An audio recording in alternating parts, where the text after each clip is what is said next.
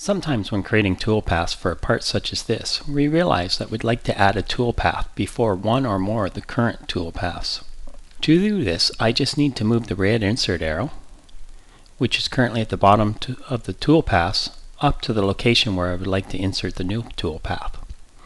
To do that, I'll select the red arrow up, which moves the red insert arrow up one item at a time. I'll click on it a few more times, so the next toolpath will be inserted just above this contour. After I create the next toolpath, which will be a facing operation, I'll move the insert arrow back down to the bottom of the operations by clicking on the red down arrow. Also, once the facing operation is completed, it will be using tool number 3, and the contour toolpaths will be using tools 1 and 2.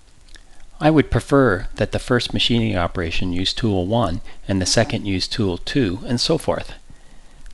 Hence the checkbox here in the tool settings to assign tool numbers sequentially.